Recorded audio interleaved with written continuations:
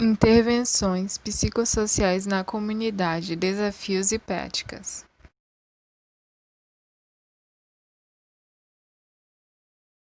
Então, para compreender a realidade latino-americana, Martin Baró analisou com profundidade o conceito de fatalismo. Martin Baró ele foi considerado, o responsável pela resignação e desmobilização das maiorias populares. Em suas reflexões, ele contestou a tese de que o fatalismo é característica própria da cultura e da pobreza, independente das condições sociais. Ele também fez algumas objeções à ideia do comportamento fatalista, que é um traço característico do povo latino-americano. Segundo Martin, o fatalismo que se verifica nas populações excluídas é, na realidade, um sistema de ideologias internalizadas, a partir das experiências cotidianas com o mundo social.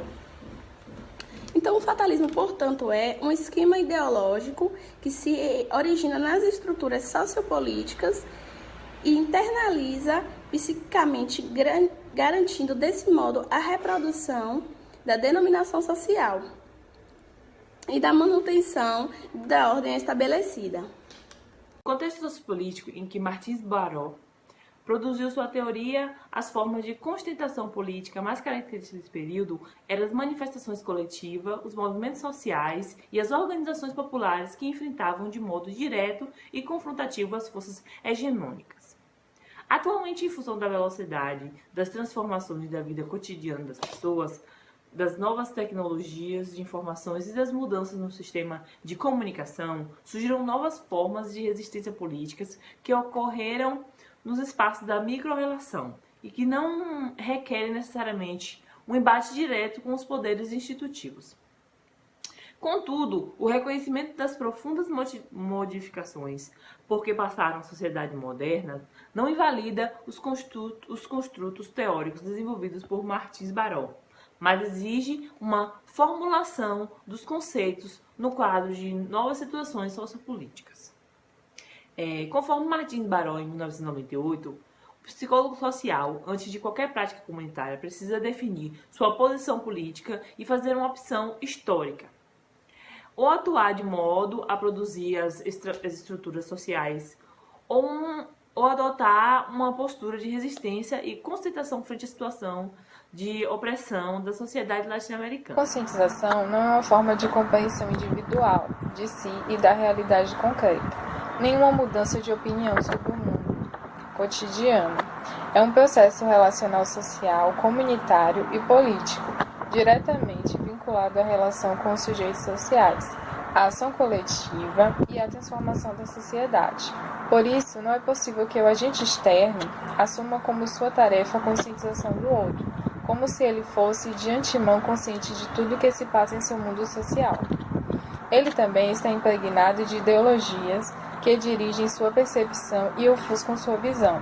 Desse modo, o processo de conscientização deriva da relação de implicação e reciprocidade entre o agente social e a comunidade. O tema da psicologia social latino-americana, o modelo de produção de conhecimentos, vem sendo construído há mais de 4 décadas pelos psicólogos que trabalham em comunidades.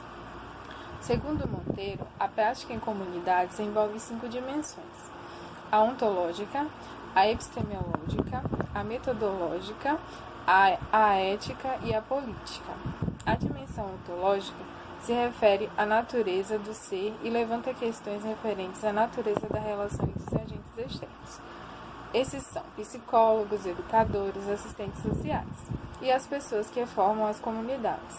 Com isso, deve-se pensar quais são os problemas, os desejos, as necessidades, as expectativas e os recursos, além de o que as pessoas da comunidade sabem sobre a sua situação e o que os agentes externos conhecem da comunidade e seus membros. A segunda dimensão é a dimensão epistemológica, que é a relação entre o sujeito e o objeto do conhecimento, considerados de uma mesma dimensão e que sofrem influência mútua.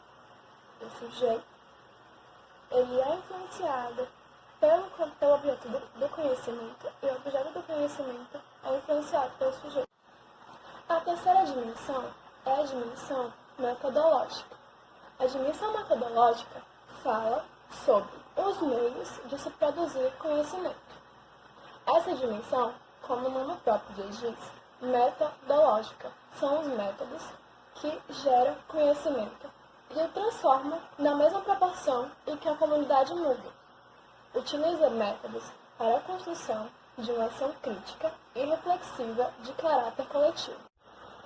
A quarta dimensão é a dimensão ética, que consiste em incluir o outro no processo de produção de conhecimento, no que diz respeito à sua participação efetiva no saber construído coletivamente.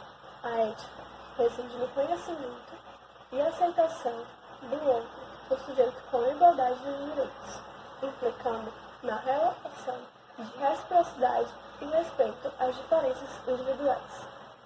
A dimensão política é relacionada a essa finalidade e aplicabilidade do conhecimento, fornecendo elementos à compreensão do para quê e benefício de quem o saber é produzido e quais são os seus efeitos sociais. Todas as intervenções envolvem relações de poder, que correspondem ao núcleo central de ações políticas, onde, na perspectiva da psicologia comunitária, opõe-se ao caráter dominante das relações e instituições sociopolíticas, que se remetem a algumas perguntas como: existe forma de exclusão na comunidade? Ou até, para quem é o conhecimento e quais seus efeitos, e etc., como várias outras perguntas que também ela propõe. As dimensões devem sustentar os processos de intervenções comunitárias. Em psicologia comunitária, construir junto com a comunidade intervenções e ações que levem efetivamente ao fortalecimento comunitário e à transformação social. A IAP, como modelo participativo de intervenção social, parte da premissa de que o sujeito com os quais agentes externos trabalham devem estar ativamente presentes em todos os processos de intervenção, desde o levantamento das necessidades até as decisões que serão tomadas em conjuntos para a solução de determinados problemas. O objetivo da intervenção tem por base da transformação das condições de vida da população e compromisso político que visa a potencialização da comunidade. No entanto, atualmente, no novo contexto sociopolítico, as ações comunitárias se transformam também em espaços institucionalizados para a produção de novos desafios teóricos e práticos aos agentes externos, fazendo emergir tensões e conflitos que hoje existem em novas formas de participação política. Boa parte da população, hoje em dia, tem uma expectativa muito grande em cima do psicólogo, que irá solucionar problemas pessoais, familiares, emocionais e conjugais, ou até em relações às carências, como saúde, moradia, emprego e etc., que contribui para o obscurecimento lado a participação clínico-assistencialista, que oferece soluções mágicas e soluções imediatas. O fatalismo que os profissionais atribuem à comunidade serve para justificar a ineficácia do trabalho comunitário que realizam, bem como o sentimento de impotência que emerge em meio aos desafios e dificuldades da intervenção social. De acordo com Martins Barot, a ausência de transformações não se deve unicamente à passividade e resignação da população, mas à inexistência de possibilidades reais que eles experimentam cotidianamente em seu contexto social. É necessário que os agentes externos desenvolvam habilidades para realizar o trabalho comunitário numa perspectiva mais política, de modo que favoreça a transformação das condições de existência das populações marginalizadas. O trabalho comunitário legítimo requer do profissional uma opção política em favor dessas classes, o que implica compreender a realidade dessas populações a partir do lugar social em que elas estão inseridas.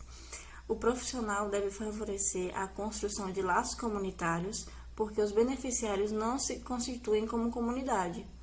A obrigatoriedade da participação da população nos programas governamentais impede a formação da identidade coletiva dos beneficiários.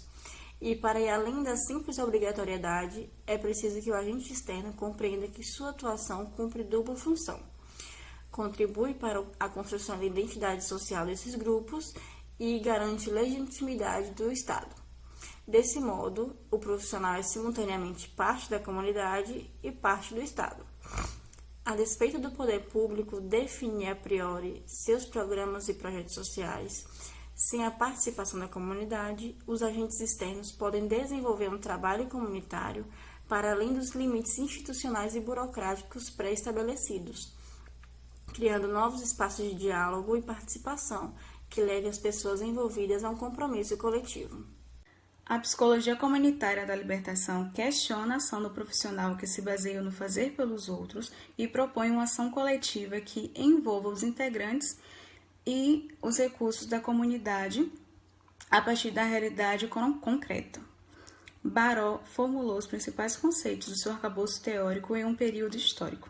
As bases de suas teorias foram produzidas em um contexto de guerra civil e de forte organização de movimentos revolucionários que estabeleciam entre o Estado uma relação de confronto, dada as violações de direitos humanos cometidas pelos agentes do governo.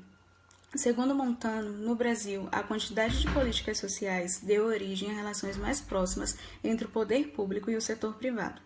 Embora as participações políticas e as relações entre a esfera pública e privada tenham sofrido transformações, a realidade social, em vários aspectos, preserva características da época em que Baró elaborou sua teoria. Com isso, as estratégias neoliberais continuam acentuando a desigualdade social, penalizando as camadas populares e intensificando as contradições sociais que agudizam a miséria, a marginalização e a violência, especialmente nos grandes centros urbanos. Esse foi o nosso trabalho e espero que tenham gostado.